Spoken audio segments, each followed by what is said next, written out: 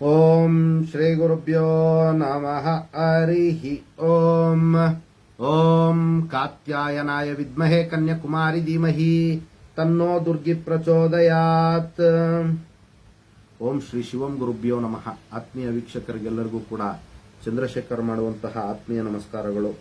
ಎಲ್ಲರಿಗೂ ಕೂಡ ಜ್ಯೋತಿರ್ಮಯ ನಾಡಿ ಆಸ್ಟ್ರಾಲಜಿ ಯೂಟ್ಯೂಬ್ ಚಾನಲ್ಗೆ ಸ್ವಾಗತವನ್ನು ಬಯಸ್ತಾ, ನಾವು ಈ ದಿನ ವೃಷಭ ರಾಶಿಯವರ ಒಂದು ವಿಚಾರವಾಗಿ ಸೆಪ್ಟೆಂಬರ್ ತಿಂಗಳ ಮಾಸ ಭವಿಷ್ಯವನ್ನ ತಿಳ್ಕೊಳ್ಳೋಣ. ವೃಷಭ ರಾಶಿಯವರಿಗೆ ಯಾವ ಒಂದು ವಿಚಾರದಲ್ಲಿ ಅನುಕೂಲ ಮತ್ತು ಯಾವ ಒಂದು ವಿಚಾರಗಳಲ್ಲಿ ಅವರಿಗೆ ಅನಾನುಕೂಲಗಳಾಗಬಹುದು ಅನ್ನುವಂತಹ ಒಂದು ವಿಚಾರವನ್ನು ಸಂಕ್ಷಿಪ್ತವಾಗಿ ತಿಳ್ಕೊಳ್ಳೋಣ.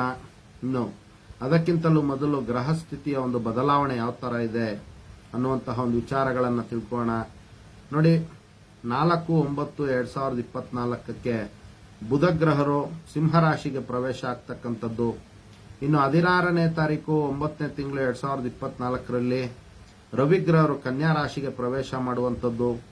18/9/2024 ಶುಕ್ರ ಗ್ರಹರು ತುಲಾ ರಾಶಿಗೆ ಪ್ರವೇಶ ಆಗ್ತಕ್ಕಂಥದ್ದು.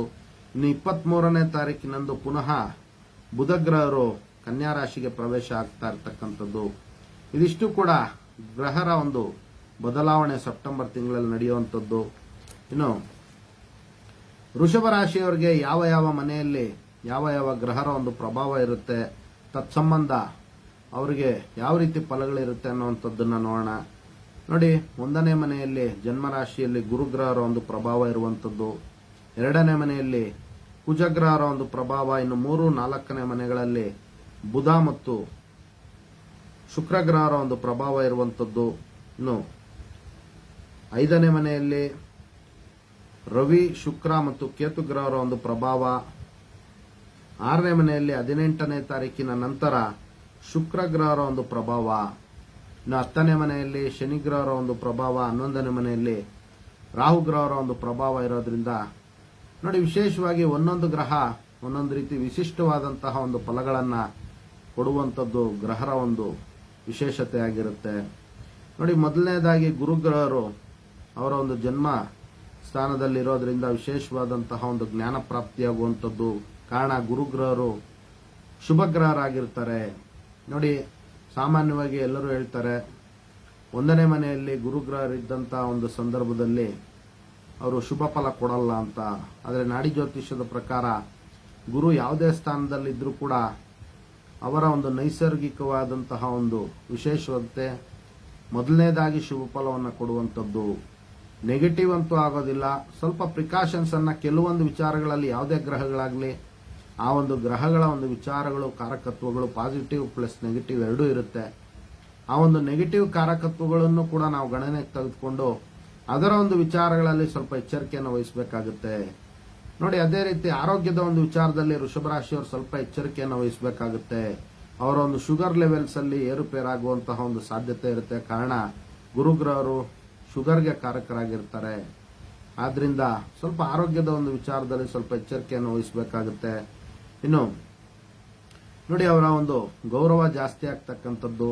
ಇನ್ನು ಜನ್ಮಸ್ಥಳದಲ್ಲೇ ಯಾರು ವೃತ್ತಿ ಮತ್ತು ವ್ಯಾಪಾರಗಳನ್ನ ಮಾಡ್ತಾ ಇರ್ತಾರೆ ಅವರಿಗೆ ವಿಶೇಷವಾದಂತಹ ಕೀರ್ತಿ, ಯಶಸ್ಸು ಮತ್ತು ಅವರ ಒಂದು ಗೌರವ ಜಾಸ್ತಿ ಆಗುವಂತಹ ಒಂದು ಸಾಧ್ಯತೆಗಳು ಗುರುವಿನ ಒಂದು ಆಶೀರ್ವಾದದಿಂದ ಇರತಕ್ಕಂಥದ್ದು. ಅದೇ ವಿಧವಾಗಿ ವೃಷಭ ರಾಶಿಯ ರಾಜಕೀಯ ವ್ಯಕ್ತಿಗಳಿಗೂ ಕೂಡ ವಿಶೇಷವಾದಂತಹ ಒಂದು ಅವರ ಒಂದು ಕಾರ್ಯವ್ಯಾಪ್ತಿಯಲ್ಲಿ ಹೆಸರು, ಕೀರ್ತಿ, ಮನ್ನಣೆಗಳು ಬರ್ತಕ್ಕಂತಹ ಒಂದು ಸಾಧ್ಯತೆಗಳಿರುತ್ತೆ. ಇನ್ನು ನೋಡಿ, ವೃಷಭ ರಾಶಿಯವರಿಗೆ ದ್ವಿತೀಯ ಸ್ಥಾನದಲ್ಲಿ ಕುಜಗ್ರಹ ಇರೋದ್ರಿಂದ ಕುಜನಿಗೆ ಸಂಬಂಧಪಟ್ಟಂತಹ ವ್ಯಾಪಾರ ವ್ಯವಹಾರಗಳನ್ನು ಮಾಡುವಂತವರಿಗೆ, ಅಂದ್ರೆ ಭೂಮಿ ಸಂಬಂಧ, ನೋಡಿ ವಿಶೇಷವಾಗಿ ಭೂಮಿ ಸಂಬಂಧ, ರಿಯಲ್ ಎಸ್ಟೇಟ್ ಬಿಸ್ನೆಸ್ ಮಾಡುವಂತವ್ರಿಗೆ ಬಹಳಷ್ಟು ಲಾಭ ಹೇರಳವಾಗಿ ಈ ಒಂದು ಸೆಪ್ಟೆಂಬರ್ ತಿಂಗಳಲ್ಲಿ ಬರ್ತಕ್ಕಂಥದ್ದು. ಇನ್ನು ಅದೇ ವಿಧವಾಗಿ ನೋಡಿ, ಕುಜ ಬಹಳಷ್ಟು ಶಾರ್ಪ್ ಆಗಿ ಮಾತಾಡುವಂಥದ್ದು. ಅವರ ಒಂದು ವಾಕ್ ಸಂಬಂಧ ವಿಚಾರಗಳಲ್ಲಿ ಸ್ವಲ್ಪ ಎಚ್ಚರಿಕೆಯನ್ನು ವಹಿಸಬೇಕಾಗುತ್ತೆ. ಕೌಟುಂಬಿಕ ಸದಸ್ಯರ ಮಧ್ಯೆ ವಿಶೇಷವಾಗಿ ಸೆಪ್ಟೆಂಬರ್ ತಿಂಗಳಲ್ಲಿ ಸ್ವಲ್ಪ ಜಾಗೃತಿಯಿಂದ ಮಾತಾಡಬೇಕಾಗುತ್ತೆ. ಕಾರಣ ಏನು ಅಂತಂದ್ರೆ, ಕುಜ ಕೋಪಕ್ಕೆ ಕಾರಕ. ಬಹಳ ಶೀಘ್ರವಾಗಿ ವೃಷಭ ರಾಶಿಯವರಿಗೆ ಸೆಪ್ಟೆಂಬರ್ ತಿಂಗಳಲ್ಲಿ ಕೋಪ ಬರುವಂತ ಒಂದು ಸಾಧ್ಯತೆ ಇರುತ್ತೆ.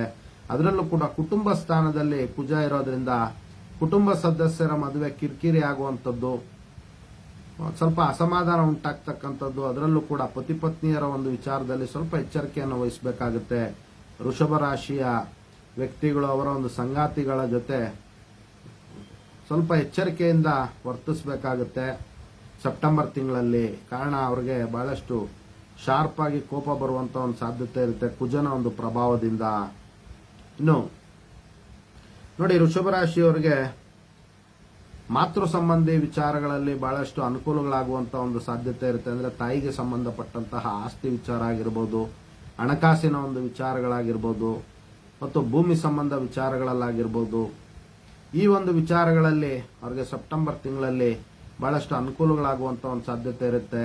ಇನ್ನು ಸರ್ಕಾರಕ್ಕೆ ಸಂಬಂಧಪಟ್ಟಂತಹ ಒಂದು ಕೆಲಸ ಕಾರ್ಯಗಳೆಲ್ಲವೂ ಕೂಡ ಅವರಿಗೆ ನೆರವೇರುವಂತಹ ಒಂದು ಸಾಧ್ಯತೆಗಳು ಸೆಪ್ಟೆಂಬರ್ ತಿಂಗಳಲ್ಲಿ ಇರ್ತಕ್ಕಂಥದ್ದು. ಇನ್ನು ನೋಡಿ, ಸಂತಾನದ ವಿಚಾರಗಳಲ್ಲಿ ವೃಷಭ ರಾಶಿಯ ಜಾತಕರಿಗೆ ಬಹಳಷ್ಟು ಅನುಕೂಲಗಳಾಗುವಂಥದ್ದು. ವಿವಾಹ ಪ್ರಯತ್ನಗಳನ್ನ ಮಾಡ್ತಾ ಇರತಕ್ಕಂತಹ ವೃಷಭ ರಾಶಿಯ ಜಾತಕರಿಗೆ ಬಹಳಷ್ಟು ಅನುಕೂಲ ಮತ್ತು ಶುಭ ಸುದ್ದಿಗಳು ಸೆಪ್ಟೆಂಬರ್ ತಿಂಗಳಲ್ಲಿ ಕೇಳುವಂತಹ ಒಂದು ಸಾಧ್ಯತೆ ಇರುತ್ತೆ. ಇನ್ನು ದ್ವಿತೀಯ ವಿವಾಹಕ್ಕೆ ಪ್ರಯತ್ನ ಮಾಡ್ತಾ ಇರತಕ್ಕಂತಹ ವೃಷಭ ರಾಶಿಯ ಜಾತಕರಿಗೂ ಕೂಡ ಅನುಕೂಲ ಆಗ್ತಕ್ಕಂಥದ್ದು. ಮಾಂಗಲ್ಯ ಭಾಗ್ಯ ಅಥವಾ ವಿವಾಹ ಯೋಗ ಬರುವಂತಹ ಒಂದು ವಿಶೇಷತೆಗಳು ಗೋಚಾರ ಸೂಚಿತವಾಗಿ ಇರ್ತಕ್ಕಂಥದ್ದು ವೃಷಭ ರಾಶಿಯವರಿಗೆ ಸೆಪ್ಟೆಂಬರ್ ತಿಂಗಳಲ್ಲಿ. ಇನ್ನು ನೋಡಿ, ಪ್ರಮೋಷನ್ಸ್ಗೆ ಟ್ರೈ ಮಾಡ್ತಾ ಇರತಕ್ಕಂತಹ ವೃಷಭ ರಾಶಿಯ ಜಾತಕರಿಗೆ ಅವರ ಒಂದು ಕಾರ್ಯಕ್ಷೇತ್ರದಲ್ಲಿ ಉನ್ನತವಾದಂತಹ ಒಂದು ಸ್ಥಾನಮಾನ ದೊರೆಯುವಂತಹ ಒಂದು ಸಾಧ್ಯತೆಗಳು ಅತಿ ಹೆಚ್ಚಾಗಿರುತ್ತೆ.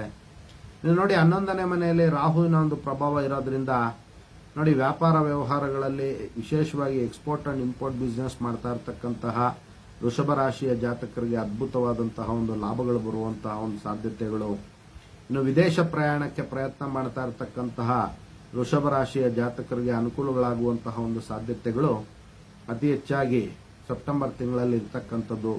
ಇದಿಷ್ಟು ಕೂಡ ಸಂಕ್ಷಿಪ್ತವಾಗಿ ವೃಷಭ ರಾಶಿಯವರ ಒಂದು ಸೆಪ್ಟೆಂಬರ್ ತಿಂಗಳ ಮಾಸ ಭವಿಷ್ಯ ಆಗಿರ್ತಕ್ಕಂಥದ್ದು. ಇನ್ನೂ ಹೆಚ್ಚಿನ ಶುಭ ಫಲಗಳಿಗೆ ದುರ್ಗೆಯ ಒಂದು ಆರಾಧನೆ ಮಾಡೋದ್ರಿಂದ ಇವರು ವೃಷಭ ರಾಶಿಯವರು ಅತಿ ಹೆಚ್ಚಿನ ಒಂದು ಶುಭ ಫಲವನ್ನು ಪಡ್ಕೊಳ್ಬಹುದಾಗಿರುತ್ತೆ.